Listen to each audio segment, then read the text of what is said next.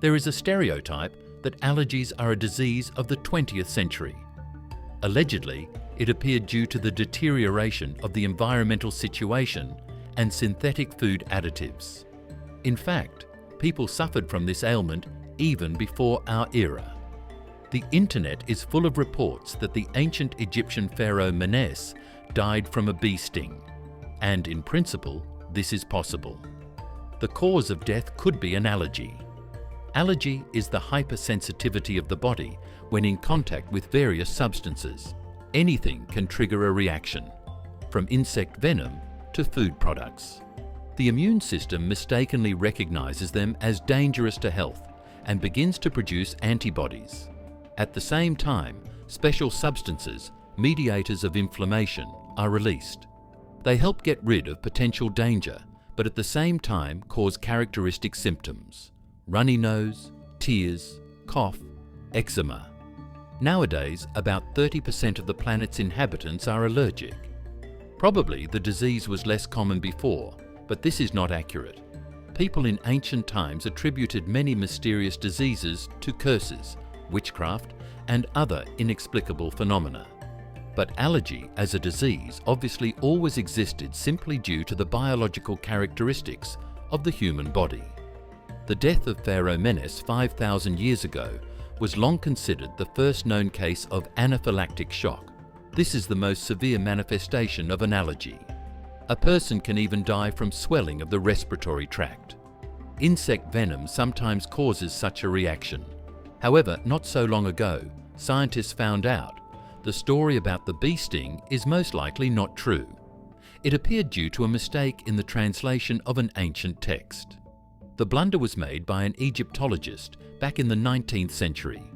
Judging by everything, Menes actually died while hunting. Our main source on ancient Egyptian history is the work of an ancient Egyptian priest named Manetho, who described the history of the Egyptian dynasties.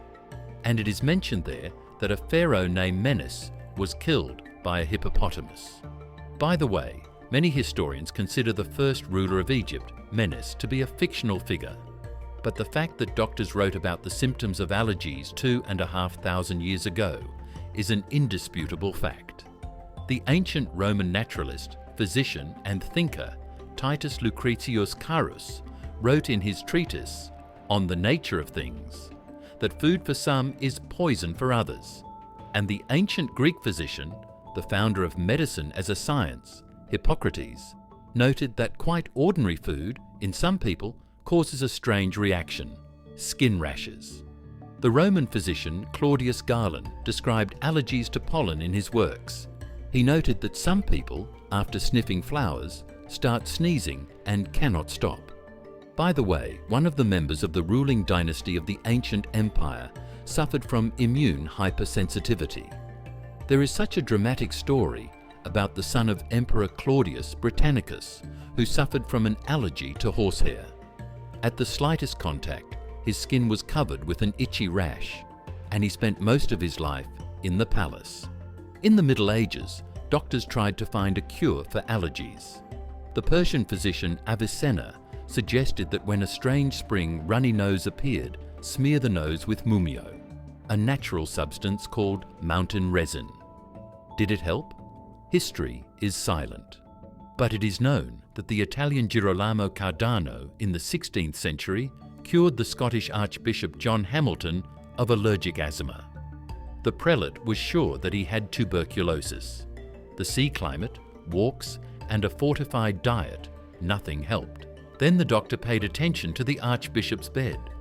There was a pillow, a down blanket, and the patient was advised to change the bed linen to silk. After changing the linen, the patient recovered. Now we can say with confidence that the Archbishop had an allergy to down. One of the most famous allergy sufferers in history is the French Emperor Napoleon. There is a version that in 1815 he lost his last major battle, the Battle of Waterloo, because he was unable to command the army. On the day of reckoning, June 18th, Bonaparte had an allergy attack. The emperor suffered from a runny nose and unbearable itching. Contemporaries tell that during the flowering of plants in spring, he scratched his body, the scars that remained from bayonet wounds. It was at this time that doctors began to seriously study the causes and symptoms of Napoleon's ailment. In 1819, the term hay fever appeared. It was invented by the English researcher John Bostock. In his article, he described in detail the symptoms of pollinosis, an allergy to pollen. True, Bostock decided that this was a reaction to hay, hence the name of the disease. The colleague's mistake was corrected by another Englishman, Charles Blackley, about half a century later. He accurately determined the source of the allergy after a series of experiments on himself. Blackley noticed that when his children brought field flowers, he started reacting with sneezing and tearing. Then he conducted the following experiment. He collected field flowers and preserved the pollen for the winter. And in winter, he rubbed it into his skin and sniffed it, and accordingly, he showed allergic reactions.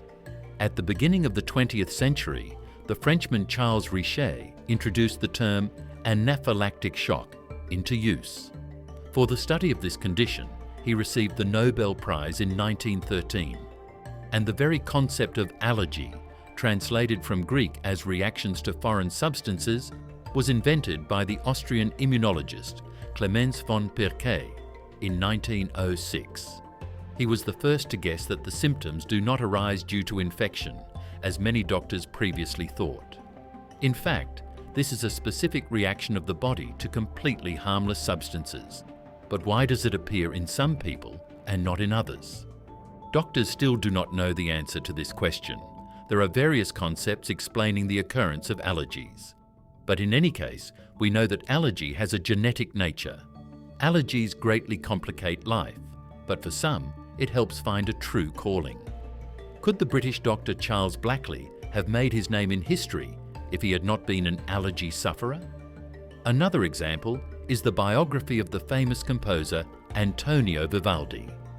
His concerts, The Four Seasons, are known to everyone. But these musical masterpieces might not have existed if it were not for the Venetians' congenital disease. Antonio Vivaldi was going to become a priest and make a career. Maybe he would even become a bishop in the end. But conducting worship services did not work out for him at all because he had attacks of shortness of breath, asthma. He sneezed, and all this interfered with conducting services in the temple. Modern doctors suspect that Antonio Vivaldi had an allergy to dust.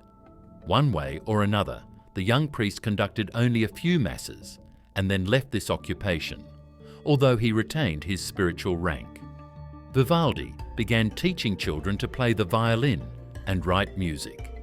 Despite his poor health, he turned out to be a prolific composer. He created more than 90 operas, over 500 concertos, and about 100 sonatas.